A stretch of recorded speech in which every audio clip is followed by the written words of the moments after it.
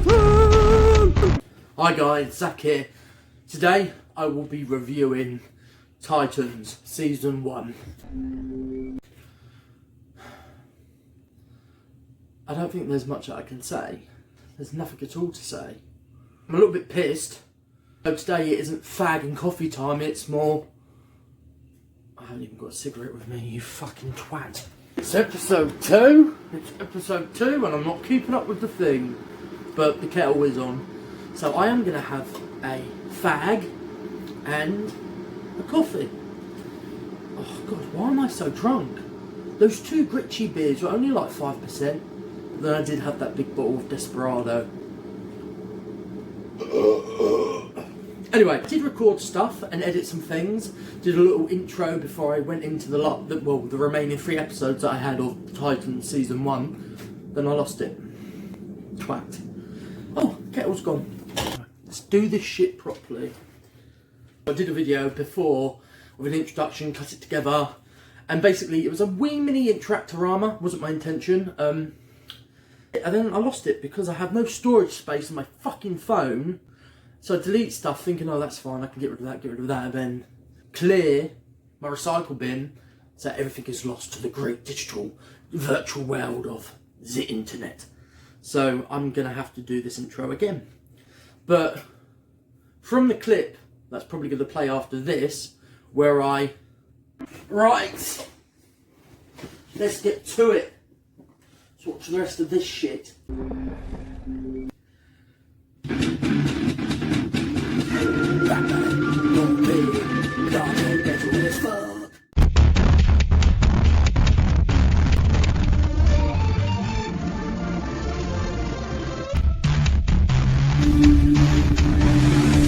Sat down, watching it, time lapse.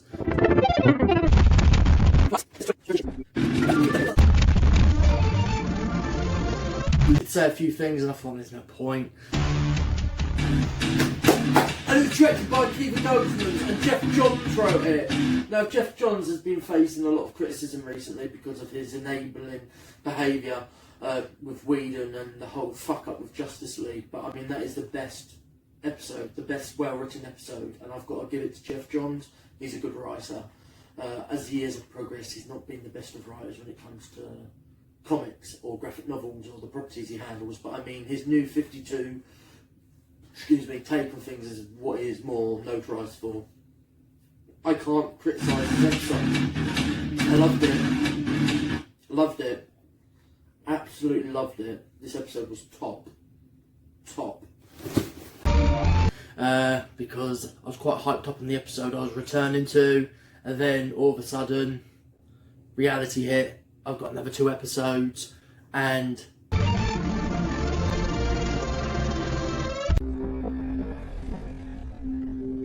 I didn't like it.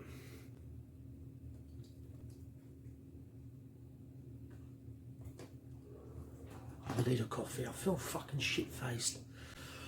But like, not shit-faced as in like, but like that, you're getting over yourself type moment and you're a bit pissy about it. Oh, that's nice. So anyway, Titans Season 1. So excited. When it was announced, it was pitched to us as an R-rated universe, and in the wake of such disappointments like Justice League, Suicide Squad, Wonder Woman, we lost the Zack Snyder aesthetic and template that he really started with Man of Steel, continued on with Batman v Superman, and then was unrightfully sacked from the Justice League, though they basically took advantage of a terrible personal circumstance where Zack Snyder's daughter committed suicide, and they really ran in and brought their best boy, or they assumed best boy, in to save the day.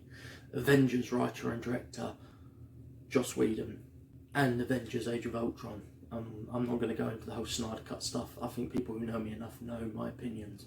Fuck you, Joss Whedon. I think you need to balance a few bricks on top of your head to reduce the swelling of how big your ego and brain and forehead is. Can you imagine the sweat slicking off that guy's forehead? It's awful. Terrible writing, terrible acting. There are some saving graces,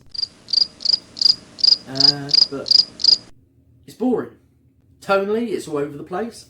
It doesn't know what it wants to be. One minute it's kooky, cartoonish, another it's that dark, gritty thing. And you know how they force that reality in, that this is an adult, this ain't your mama's Teen Titans. Because this is the way it is. It is a adult, mature, quotation marks, version of Teen Titans. Which I loved, the TV series. Yeah, where's my page? Right there! Right there! No, not that one. I mean, what the fuck is that? What the actual fuck is that, you absolute... So this gritty, more mature adult series that is meant to cater to the DC fandom. What would Anakin Skywalker say at this point? Liar! Also, it's just lies. Just to reinforce that it's adult and mature, there is the usual Akiva Goldsman styled dialogue of I'd be smiling if I was worth half as much as this geezer was. Whom is a showrunner, developer, and director of this. And to be honest, his directed episode was the most interesting episode out of all of them. It was the most fully fleshed out, and I think that's the best piece of directing and writing that Akiva Goldsman has ever done. Shucks, folks, I'm speechless. Even alongside his Oscar win. How is that guy still working? He ruins everything he touches. He's already been associated with DC before. Batman Forever, I like. Batman and Robin, not so much. But funnily enough, Akiva Goldsman made a decent episode. Best out of all of them. Why was it better than all of them?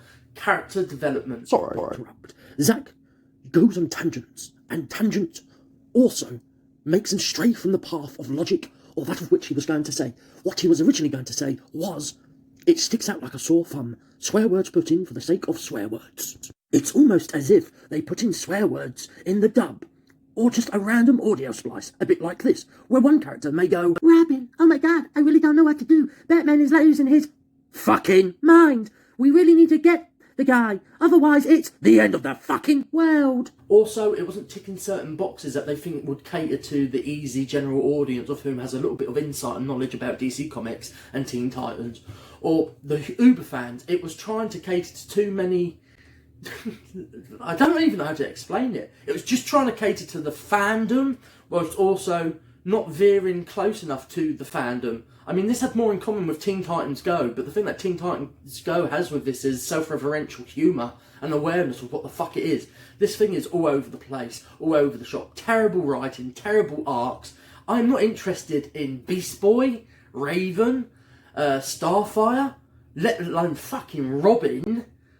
It's awful. I wasn't interested, and of all people, I was more interested in the relationship between Hawkman and Hawkgirl. That of which, after that episode, because a lot of seasons and series do this, they lead you up to something, leave you on a cliffhanger, then they go into an episode that gives you some perspective and depth to some other lesser characters. Well, you give so much depth and backdrop and emotional stakes and relatability to Hawkman and Hawkgirl that initially after the episode you're craving them, and it is proffered and offered that they are going to have a much more bigger part. Not in the rest of the series though, probably the next season. It's just very red herring type. It doesn't pay off the storylines, it's very clipped, it's abrupt, they tie things up with a neat bow, and then this just ends this series on one of the most awful cliffhangers. Even from the off, you know, oh, this is all part of a grand vision, delusion, all part of the supernatural elements when it comes to Raven, but it was just shite. It was just poorly envisioned. I mean, the final episode had some, you know, action sequences and editorial flourishes that you're like, okay, that's badass. I think the only positivity behind it is that one episode, and I think it's the 9th episode, or the 12th, what goes into Hawkman and Hawkgirl. And of all fucking characters, they're the most interesting. And before that, the guy who played Hawkman, I'm like, oh, this faux projection of being a man and having a chip on his shoulder. I'm like, snooze, cliched. Then that episode just kind of broadened and opened it up. It wasn't about the superheroes, this, that. I think a lot of the time the writers had these ideas, these notions, all these different things to pick and choose from. But they didn't have like an end goal. They didn't have the line in sight. It's like they kind of paved this a way for themselves, like in those like Looney Tunes cartoons where they're like, and then they run out of tiles, and then they're like,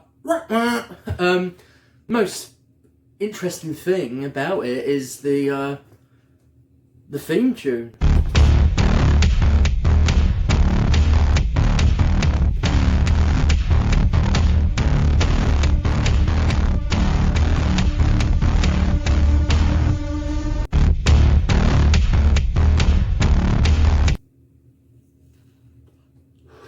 mean, there's not much I could go into. Am I compelled to watch the rest of the seasons that have come out? How the fuck they are out there and being made, I have no clue. No, not at all, not an inclination. The cliffhanger was just off. Everything was off. Everything was off about this series. Ultimately, it was shite. And I tried to settle down and watch something by Agnes Varda. I thought, okay, I'm going to go for my more artsy-fartsy, French New Wave type things. I've got loads of classic films, as you might see behind me. I like silent films. I love the whole plethora and eras and variations and just different scenes of the cinematic landscape and its history, and I just couldn't settle down. And I think it's because I just amped myself up to this certain level of, I need something to chomp on, basically. I'm not in a pontificating mood with a glass or something. I had a couple of beers and I'm like, yeah, I want something that's just brainless and bleh.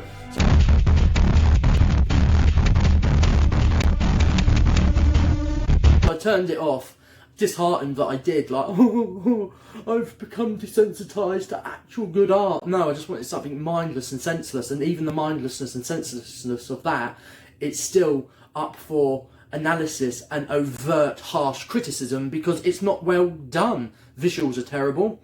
I mean, I just miss Teen Titans, the animated series. But this is something else. What a load of old bollocks. Don't watch it. I mean, just continue dancing to the theme, like I do.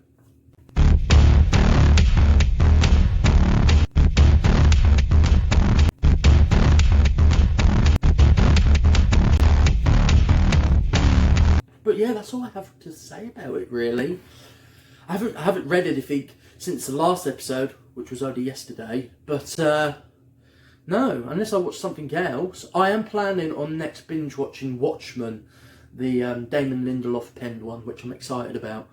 But yeah, anyway, go into something else. A review of a book of some form. Hopefully the next segment that will slide along will be a review for Melvin Burgess's Junk. Let's see how this goes. Don't rush me. I just want to dance now.